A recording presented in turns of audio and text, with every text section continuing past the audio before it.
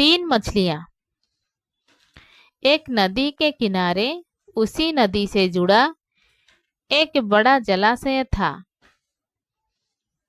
जलाशय में पानी गहरा होता है, इसीलिए उसमें कई तथा मछलियों का प्रिय भोजन जलीय सूक्ष्म पौधे उगते हैं। ऐसे स्थान मछलियों को बहुत रास आते हैं। उस जलाशय में भी नदी से बहुत सी मछलियां आकर रहती थी। अंडे देने के लिए तो सभी मछलियां उस जलाशय में आती थी।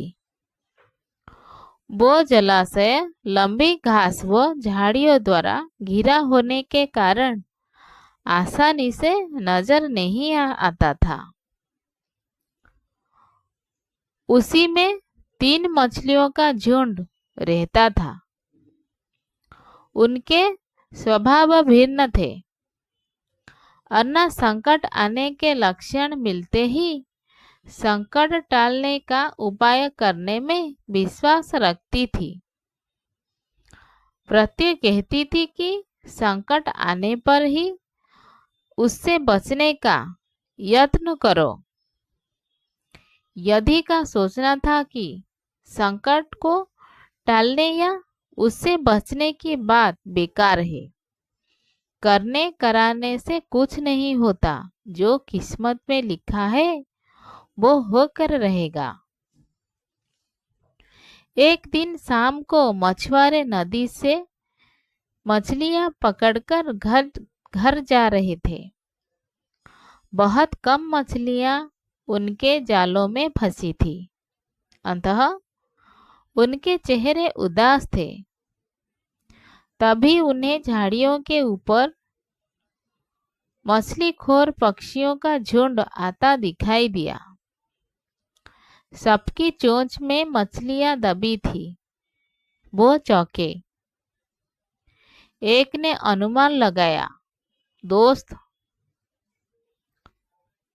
लगता है झाड़ियों के पीछे नदी से जुड़ा जलाशय है, जहां इतनी सारी मछलियां पल रही है। मछुआरे पुलकित होकर झाड़ियों में से होकर जलाशय के तट पर आ निकले और ललचाई नजर से मछलियों को देखने लगे। एक मछुआरा बोला, ओ हाँ, इस जलाशय में तो मछलियां भरी पड़ी है। आज तक हमें इसका पता ही नहीं लगा। यहाँ हमें ढेर सारी मछलियां मिलेगी। दूसरा बोला। तीसरे ने कहा, आज तो शाम घिरने वाली है, कल सुबह ही आकर यहाँ जाल डालेंगे।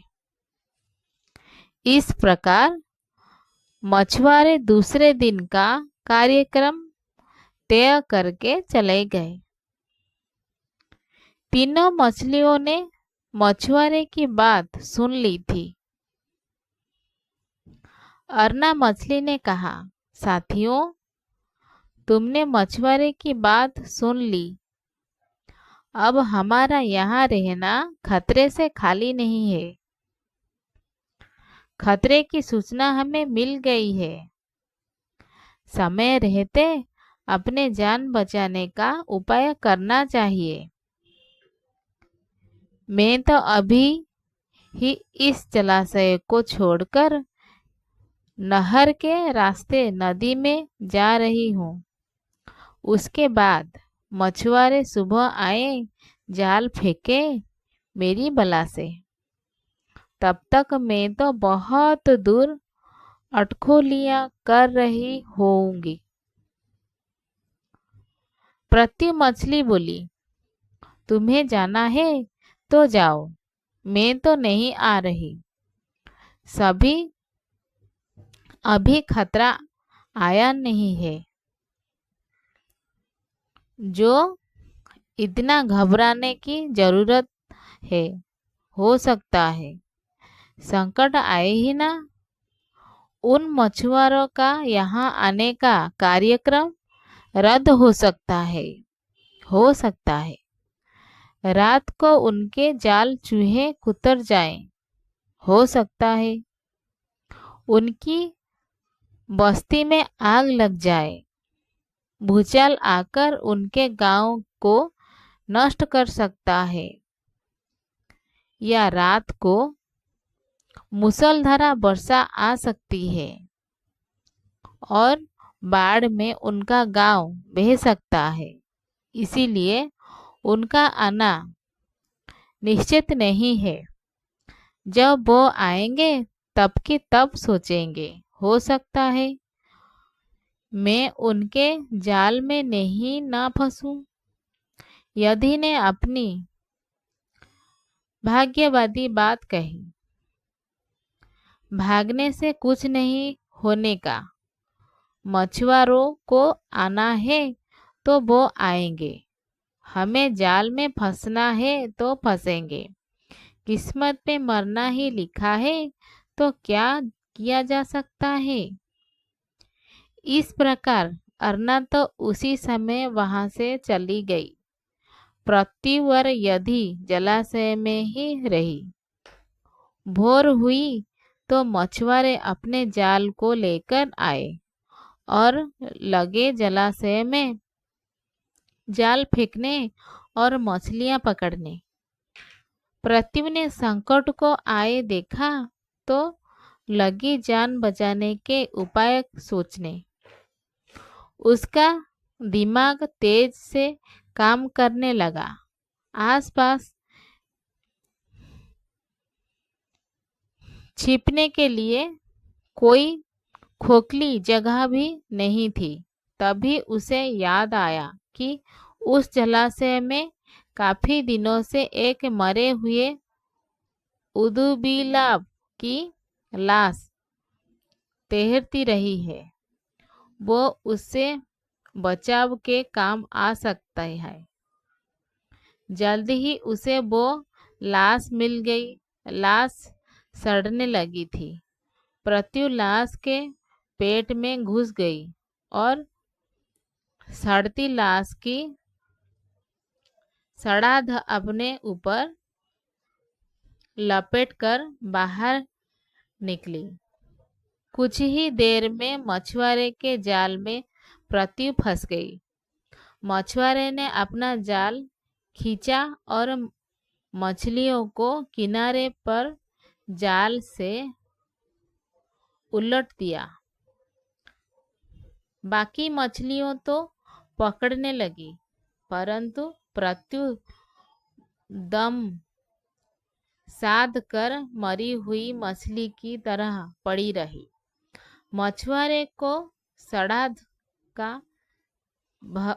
भभका लगा तो मछलियों को देखने लगा। उसने निश्चल पड़ी प्रत्यु को उठाया और सूंघा। आक, ये तो कई दिनों की मरी मछली है, सड़ चुकी है। ऐसे बड़बड़ा कर बुरा सा मुंह बनाकर उस मछुआरे ने प्रत्यु को जलाशय में फेंक दिया।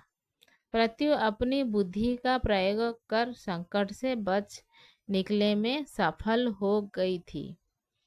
पानी में गिरते ही उसने गोता लगाया और सुरक्षित गहराई में पहुंचकर जान की खैर मनाई। यदि भी दूसरे मछुआरे के जाल में फंस गई थी और एक टोकरे में डाल दी गई थी। भाग्य के भरोसे बैठी रहने वाली यदि ने उसी टोकरी में अन्य मछलियों की तरह तड़प तड़प कर प्राण त्याग दिया।